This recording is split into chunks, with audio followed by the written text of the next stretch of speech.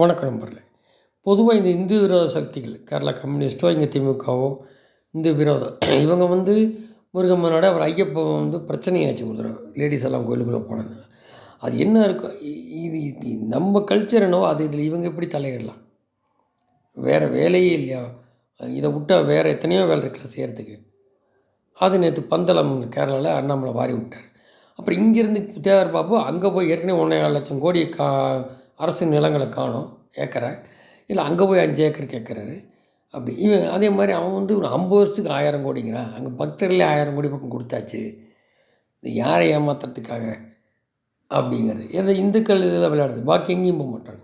இதுலேயே அது அப்படியே நிறையா குறிப்பிட்டிருக்கோம். நம்ம கொடுத்த நகையெல்லாம் உருக்கிறது இவங்க, இந்த மாதிரியெல்லாம் இது ஒரு வகையில் இங்கிலீஷ்காரன் டைப், இது ஒரு வகையில் சூறையாடுறது தான் சொல்லப்போனால். இது டெமோக்ரஸியில் வர்றதில்ல. எத்தனையோ விஷயங்களுக்கு அதை விட்டுட்டு இது பண்ணுறதுன்ற ஒன்று.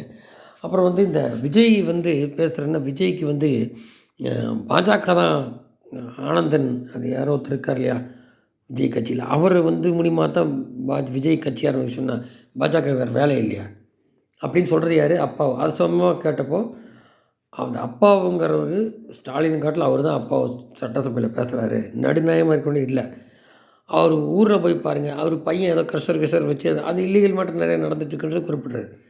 இவங்கெல்லாம் பேச வந்துட்டாங்க அப்படிங்கிறத அந்த அப்பாவை சொல்லிட்டு, அந்த அப்பாவு தான் காங்கிரஸில் இருக்கும்போது துரோகிகளை கருணாநிதியை சொன்னவர். இன்றைக்கி உட்காந்து சபாநாயகர் அவர் தான் ஜாஸ்தி பேசுகிறாரு, யாரையும் பேச விடலை எதிர்கட்சியில் அப்படிங்கிறத ஒன்று குறிப்பிட்டார். இன்னொரு கடையில் ரஜினி பார்த்து கட்சி ஆரம்பிக்குன்னு சொல்லி கேட்டப்போ, ரஜினி பார்ப்பேன், குரு அடிக்கடி பார்க்குறது உண்மை தான், அது ஒளிஞ்சு பார்க்க வேண்டிய அவசியம் இல்லை, அதிலெல்லாம் எதுவுமே இது கிடையாது, நார்மலாக எப்பவும் வழக்கமாக பார்க்குறதான்ட்டார். உன்னை கட்சி ஆரம்பிக்கலான்னு கேட்குறேன் பத்திரிகை, அது அப்படின்னு தான் சொல்கிறேன் அப்படின்னு சொல்லிட்டாரு. ஸோ இதில் மோடியோட ஜிஎஸ்டி சம்மந்தமாலாம் பேசுகிறாரு. இது இதில் தினகரனை 2 நிலைக்கு முன்னாடி பார்த்துருக்கு. அப்படி தினகரனை 2 நிலைக்கு பார்த்ததில் இந்த மாதிரி நான் தான் என்னமோ போக சொன்னேன், உங்களை சொல்கிறாங்க, நீங்கள் எடப்பாடி வேணாங்கிறீங்க, எதாக இருந்தாலும் நான் அமித்ஷாட்ட டைம் ஆகி நான் பேசிட்டு சொல்கிறேன், நீங்கள் போய் மேலே பார்த்துக்குங்க. ஏன்னா பன்னீர்செல்வம் வரலான்னு சொல்கிறார் அப்படி எடப்பாடி, அவரும் போகிறனா மேலே கேட்கட்டும், நீங்கள் போங்க, நீங்கள் எதுவும் ஜாஸ்தி இந்த பக்கம் இடையில அவதூறு ஜாஸ்தி பேசிகிட்டு இருக்க வேண்டான்றதையும் குறிப்பிட்டிருக்கேன் அப்படி தினகரனுக்கு